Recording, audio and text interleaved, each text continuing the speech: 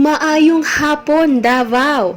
Welcome to the pilot episode of Women for the Economy, where we inspire women to go after their dreams of starting their own business. I'm your host, Faye, and our special guest for today is Ms. Genevieve Cabiza, the Field Coordinator for Philippine Commission on Women, under the Great Women Project, supporting women's economic empowerment in the Philippines. So recently, the Philippines was dubbed as one of the countries with the best labor practices for women. So what is the state of the country when it comes to empowering women in the economic sector? Well, totoo yan, for Philippines, amongst the developing countries, tayo yung may, let's say, mabuting mga labor practices, no? Especially for women, compared to other developing countries. However, we see, for example, that our nation, Philippines, is lacking doon pa sa pag-improve ng status or ng coordination and ng policies pertaining to the women empowerment in the economic sector. So how is the society marginalizing women to participate in the economy? Right. So according to UN Women, although this is an international data naman, so 50% of the world's working age women, when we say working age, this is 15 years old and above, are in the labor force, compared to the majority ng men, which comprises of 75%, no. However, kung mapapansin natin, 50% is a very malaking datos na rin, it comprises of almost half of the women population ay nagtatrabaho. However, women are earning less than men. Actually, there is a study conducted by UN Women na base sa study, women are earning 24% lesser than men. So, maybe because there are some barriers in the society, such as access to public services, yung norms and culture, especially ng Filipino, because although, like what I said before, medyo kung ikukumpara natin ang estado ng mga babae sa Pilipinas at ng ibang developing nations, medyo nakakaangat tayo. Pero we are still doon pa sa traditional norms, na kung saan yung mga babae ay pinipili or mas yung role ay nandoon sa bahay, mag-alaga ng pamilya and etc. Also kasama na din doon yung violence, violence na experience ng mga babae, whether kung nasa loob ng bahay or ito ay nasa labas. And at the same time, yung sa policies and law na kulang pa, na pag-implement ba or pangil nung doon sa pag-implement ng VAUC and the women, Magna Carta for Women. So, in your line of work, what is the goal of the project that you are currently working on in PCW? Right. So, the project that I am currently working in is called Great Women Project. So, GREAT is an acronym which stands for Gender Responsive Economic Actions for the Transformation of Women. So it is a governance and capacity development project that aims to promote and support a gender-responsive, enabling environment for women economic empowerment, particularly those sa mga babae na nasa micro-enterprises. Ito yung mga babaeng negosyante na mako-consider natin as micro-entrepreneurs. So the project really is to seek to level up these women micro-entrepreneurs. And also, the project is unique in its design because hindi lang gusto natin ma-improve yung socio-economic na status ng mga babae, but gusto din natin ma-improve yung transformational change among women. So when you say transformational change, ito yung gusto natin ma-boost yung confidence level ng mga babae to access or to parang masungkit na mga serbisyo ng gobyerno na sa tingin nila ay makakatulong sa kanila. Or pwede din mag-boost yung confidence to link with other suppliers and buyers and etc. So yun. So what do you do to encourage more women to contribute to the economy? Okay. As for the project, we are targeting talaga na i-enhance ang ahensya or ang agency ng isang babae.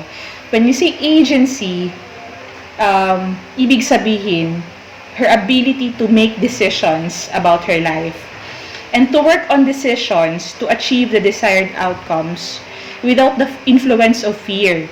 So kasi naniniwala kami sa proyekto na ang agency, itong drive ng babae, pag meron siyang or ma-overcome niya ang mga systematic societal disadvantages, it makes sure na yung mga babae ay free from violence, merong social and economic mobility, at saka merong ability to own and control financial assets.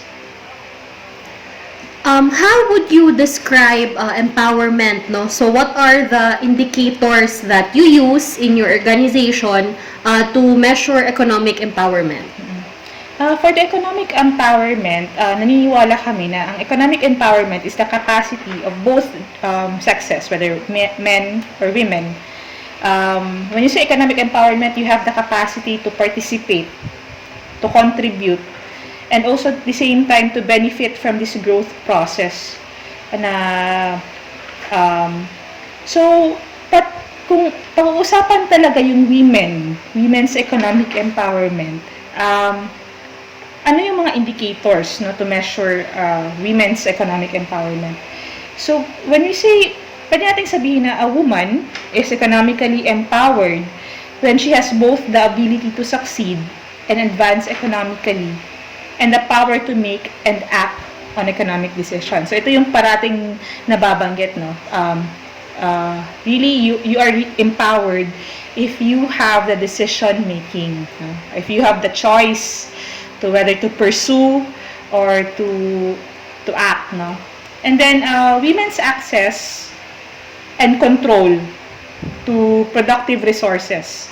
And then also they tend to enjoy these benefits, For example, pwedeng maka-access sila doon sa information na kailangan nila para mapalago yung negosyo, or pwedeng credit or loans or financial assistance, mga trainings na gusto nilang ma-avail para mas mapa-improve yung kanilang production or yung management, technology, market system or market linkage, and among others. So based from your experience, have you noticed any changes in the beneficiary sense of, let's say, self-confidence, self-esteem, and dignity? Yes. Actually, nakakatuwa itong proyektong ito. Kasi this project is running almost 5 years now, and it will end on 2020. So from the previous na mga beneficiaries, you will really see the improvement. They tend to be more confident, or mas gutsy na sila to access services from the government and also from the private sectors, which they think na makakatulong sa kanilang negosyo. And at the same time, the project really helped them in terms of market linkages or market expansion and exposure. So, because the project also funds, like for example, trade fairs or trainings pertaining to improvement of market platforms, etc. So they tend to have, or they were linked to new buyers or new suppliers, which nakakatulong sa kanilang negosyo. So, as our closing question, no, for our pilot episode, so this is our last question. So, for you, how will gender equality impact the economy and the nation's progress in the long run? Ah. Well, in a larger perspective talaga, marami ng studies ang nagpapakita na really gender equality is correlated with higher growth outcomes and lower poverty rates. So when we tend to empower women in the economic setting or scenario, developing countries would have lower infant mortality rates because nga, di ba, babae is we have multiple roles. One of our role is to be a mother, di ba? So we tend to care for our families or for our children. So yun. So families are usually smaller, no? Kung yung babae ay economically empowered, smaller ang family pero better fed and better educated. Ayun. And then the average household income would also increase kasi nga ini-empower natin yung babae in the economic aspect. So yun. So that ends our interview. So thank you very much, Bem, for your time. Oh, thank you. Thank you, Faye, for inviting me in your radio program. And that concludes the first episode of our show, Women for the Economy. Please stay updated by listening to our program every Monday afternoon. Thank you very much, and we hope to hear from you soon.